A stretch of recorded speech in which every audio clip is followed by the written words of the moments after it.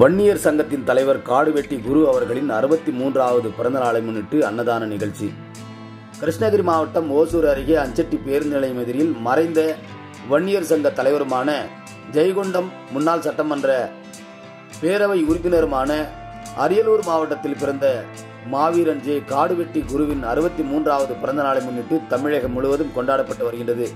அதன் ஒரு பகுதியாக அஞ்சட்டி பேருந்து நிலையம் எதிரில் ராமன் லட்சுமணன் தலைமையில் காடுவெட்டி குருவின் திருவுருவப் படத்திற்கு மாலை அணிவித்து மலர் தூவி மரியாதை செலுத்தி கேக்கு வெட்டி இனிப்புகள் வழங்கி பிறந்த நாளை கொண்டாடப்பட்டு அன்னதான நிகழ்ச்சியை தொடங்கி வைத்தார்.